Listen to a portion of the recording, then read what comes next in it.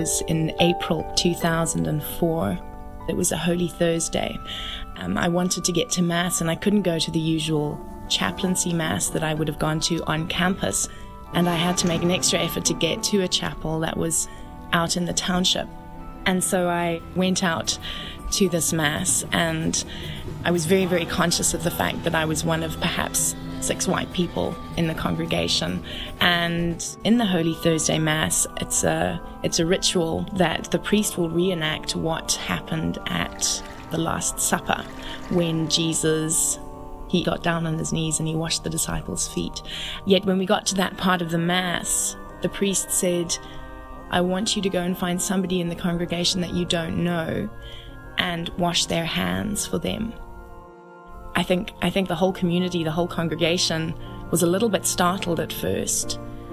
And then they all just kind of got to it. You know, they turned around, and after the quiet of the Mass, there was a buzz, and people were kind of walking around and calling out to people and bringing them to the basins and lining them up. And, you know, you could hear the splashing of the water. And I was just very aware that I was there by myself, surrounded by people who were a lot poorer than I was, whose language I didn't really speak. They would have all spoken Afrikaans. And I now needed to approach somebody and ask to wash their hands. And I turned around, and there was an old man standing behind me. And so I sort of put out my hand and I said, you know, Baba, can I wash your hands? And he nodded. He didn't say anything. And he insisted on washing my hands first.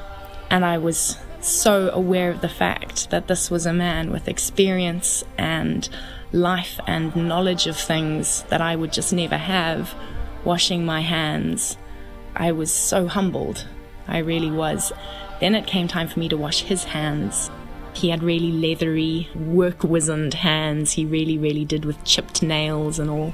And as I was washing his hands, I saw that he was crying. It was just the most extraordinary moment of closeness with a complete stranger from a totally different universe. And yet it was really good. As I was drying off his hands, I felt really, really happy. And he was smiling at me too, and there was something really poignant and really real about that little moment.